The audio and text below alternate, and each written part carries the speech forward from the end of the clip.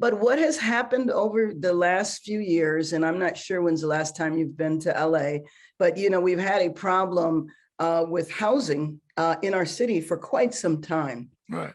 And I think because of the pandemic and because of just Los Angeles becoming less and less affordable, we now have an absolute explosion and we have a crisis. So David, they haven't done the homeless count in the last couple of years because of COVID, but they did do it this year and the numbers will be coming out soon. But it is anticipated that the numbers will show that there are more than 50,000 people living outside in tents, in cars, in RVs, in the second largest city, in the richest country in the history of the world. It's kind of wild. It is just like insanity. And one of the things, so that's one of the reasons. Yeah. The other reason that's even bigger is because the mood of people in Los Angeles now is exasperation.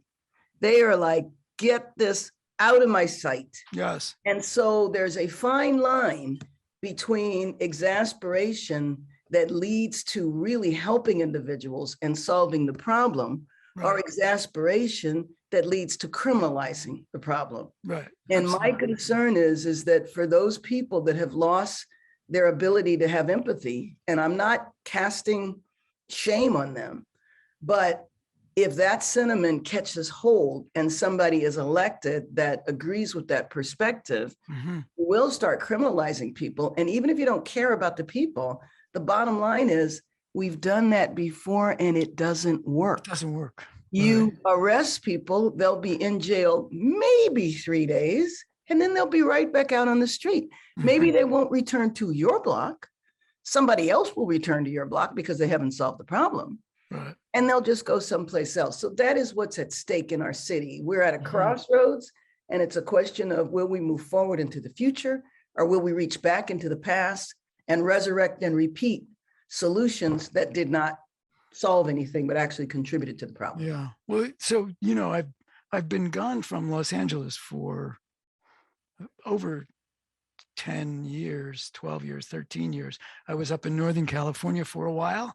And then recently, a year and a half, moved to Wyoming, which is a whole other conversation. And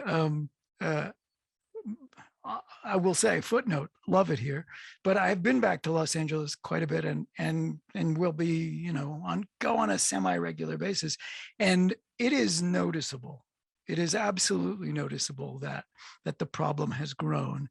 And I gotta say, I've been following, because it's you. So I've been following the mayoral race and the many people who jumped in. And I see this race. Maybe you could talk about it. But I see something that is, it's also a contest of how to approach problems, right? I mean, there are, the two people that are the most high profile that are running, obviously you and Rick Caruso, and Rick seems like, I don't know him. He seems like a very capable, very competent, top-down manager who is absolutely capable of, quote, solving problems in a particular sort of way. And you, I know, as highly collaborative, and in my experience, it's not that you don't have the authority in your toolbox and the use of authority, but that it seems to me my experience, both of you and problems, you would much rather work with everybody and to come up with an effective solution. And it's my experience over the years that, involving people, collaborating with people from all walks of and from all sides of aisles is most likely to reach a solution that will work. And it's an election. It seems to me that it's an election that's shaping up to be about that choice as well, Do we want to really solve a problem in a way that includes everybody, every voice, every interest? Or do we want to sort of make believe we can sort of force it out of existence? And I suppose we could, you know, with enough weapons, you can force almost anything. But this is a really, I mean, for you, it's not an academic thing, but this is a really interesting puzzle, this election, right? Because it gives people that choice. Seems Yes, and I think that you know, Rick is somebody who I know and respect and have worked with before. Yeah. But in terms of solving social problems, deep social problems and severe poverty, I do not believe he has the background or the exposure to do that at all. Yeah. He has certainly been exposed to poverty through his charitable work. Yes. That is profoundly different. Right. Than being on the ground working with people and having an in-depth understanding of what their problems are.